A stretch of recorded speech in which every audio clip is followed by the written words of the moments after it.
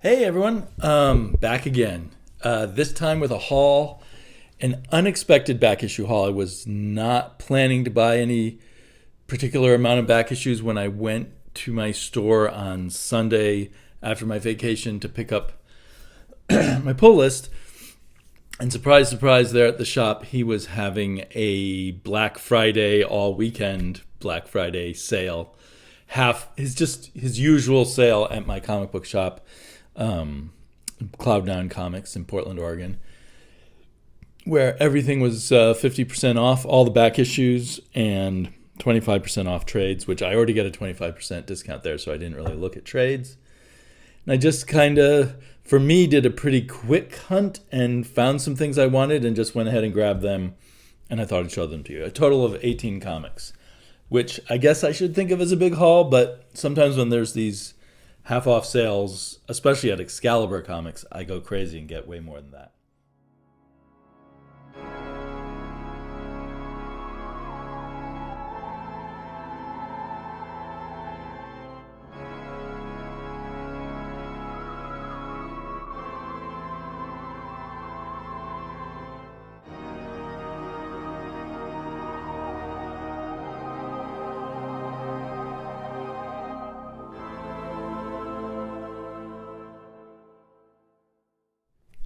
So first off, I grabbed this Captain Marvel cover, or this Captain Marvel comic, from the late 70s, number 5, which I just liked the cover. That's why I said I grabbed this cover.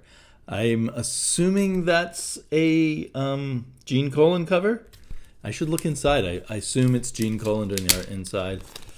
I always feel like it's a completely different hero when it has that green and white costume before he switched to the red and blue costume. So let's see. Nope. Drawn by Demure Don Heck. And written by Stan Drake, which is kind of interesting. He who believed that, wasn't it Stan Drake? Who believed that Stan Lee ripped him off on the Doom Patrol, but he came over to Marvel and wrote for the Doom Patrol, or for Stan Lee for a while, because this one is in fact edited by Stan Lee. Inked by Jay Tartaglione, who I think was a solid inker. I don't know why I was sure it was going to be Gene Colan. And am I right about who did that cover? That awesome cover. I will look it up later, I guess, on what's it called? Not Jim's Amazing Worlds of Comics. I always forget the guy's name. Someone's Amazing World of Comics. And then I got an Inhumans. I thought I had a bunch of Inhumans, but when I look at my CLZ, I just have the Inhumans when they were in, what were they in? Marvel Spotlight or something like that. So maybe this is something to hunt down. Looks to me like a Rich Buckler cover, if I had to guess. Although, maybe not. It could be Rich Buckler, it could be someone else. Rich Buckler sometimes signed his covers, but not always. The interiors have Gil Kane. That's ironic to have Gil Kane on the interiors, but not on the cover. At least I'm pretty sure that's not a Gil Kane cover. Okay. And then I got issue number 1 of The Barbarians featuring Ironjaw. This was double dipping. I already have an issue of this. I'm not quite sure why. I just couldn't resist since the price was cheap. There's another double dip in this pile. But I think it maybe cost me $1.50 or something along those lines.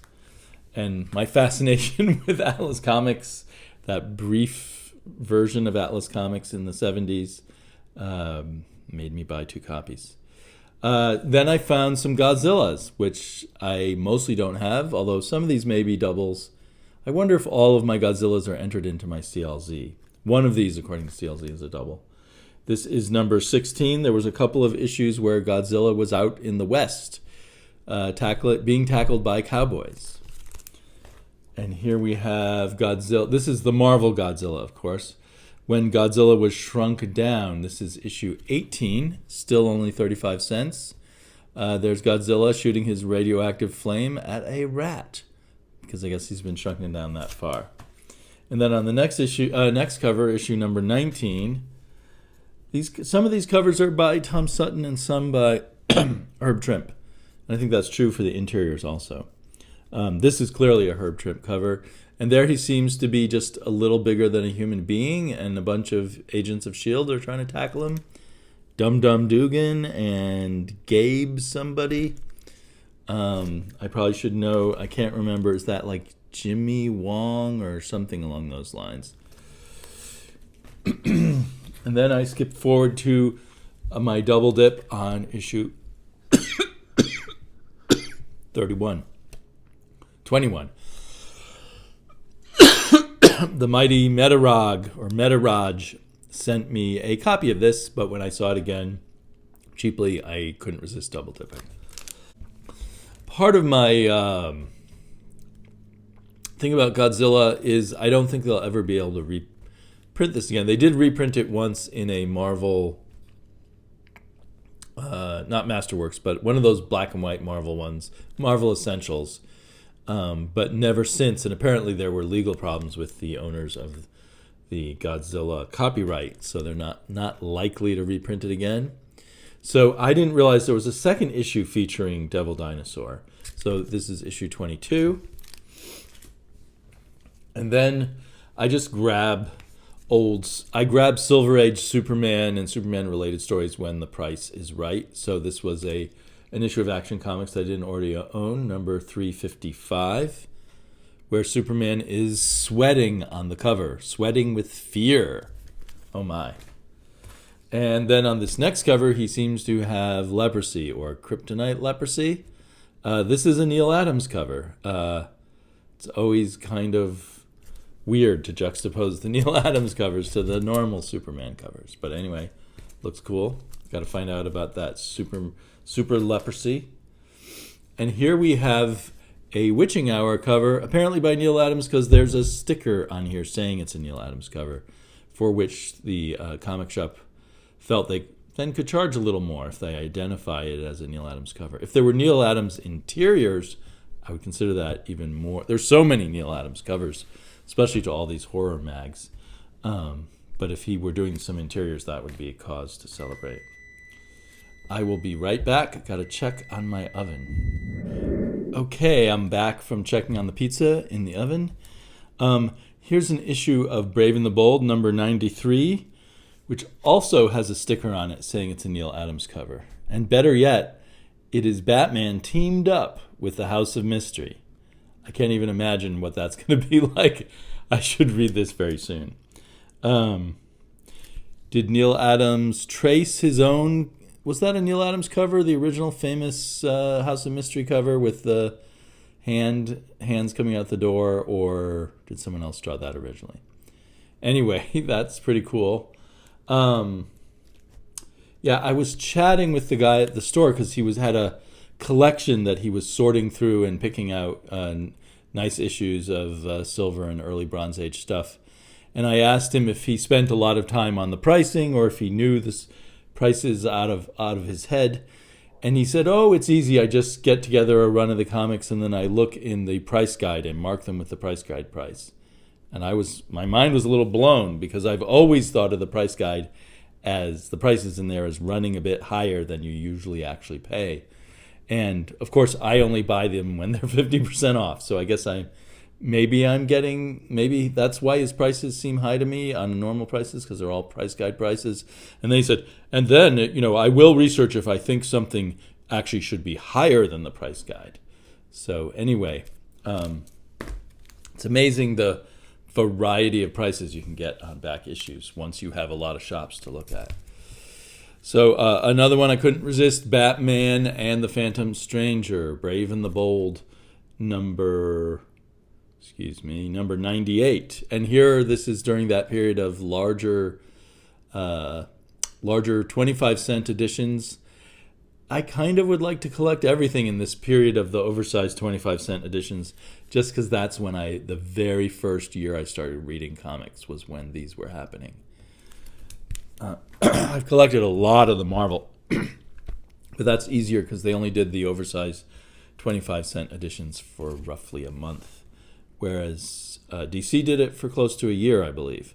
So here's Batman and Metamorpho. This one, I'm not particularly a Metamorpho fan. I just bought this one because it was one of those 25-cent copies and it was affordable. This is Brave and the Bold number 101. It's kind of a cool cover, though. And then there were some issues of Creepy in his box of newly priced comics, and their prices seem quite good. I would be surprised if these are the Overstreet prices, because they were about cover or a sticker price of $6 a piece, and so I got them for $3 each. Got Creepy number 77, which is a Christmas special. Is that supposed to be Baby Jesus? Doesn't look much like it. But anyway, I don't think it's really supposed to be Baby Jesus. So I'm not sure what the Christmas angle, Christmas horror, that's always an odd concept. And then number 82, I remember having this issue as a kid, so I thought it would be fun to pick up and check it out. I think it might have been something reprinting a lot of Esteban Morato stories. It says, Super Special Summer Giant with Esteban Morato. And as a cover, they just took a couple panels from one of his stories and blew them up and colored them, which is an unusual way for Creepy to do a cover. Usually they're paintings, such as this one, number 85. I grabbed this because it just said All Monster Issue. And that looks like Ken Jones to me. Ken Kelly? Is that Ken Kelly? I don't see a signature. I'll have to look later. What the hell? I'll crack it open now. Get rid of the tape. I am anti-tape and comics.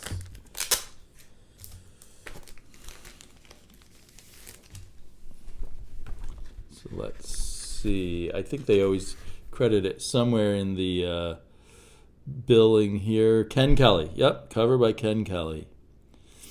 And artists in this issue include Luis Berhemo, Leo Dorona, Carmine Infantino, Martin Salvador, Leopold Sanchez, Walt Simonson, and Jose Ortiz. Roger McKenzie and Bruce Jones are amongst the writers in here. Cool. I like that cover. I like Ken Kelly.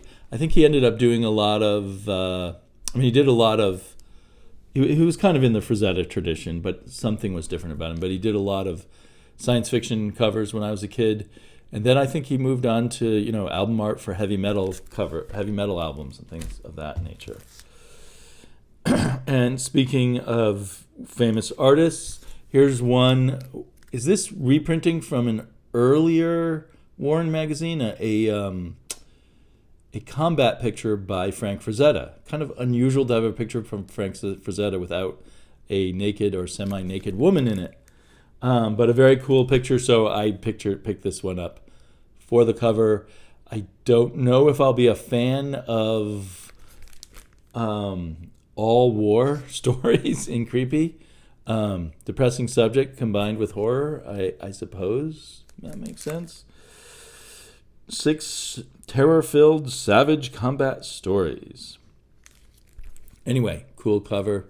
So that wraps it up for this haul this time around.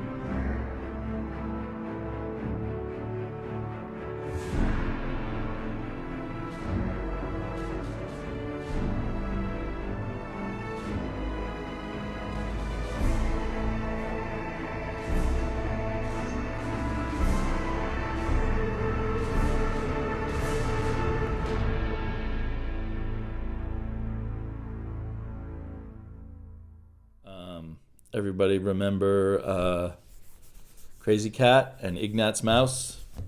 I hope you do. Talk to you all later.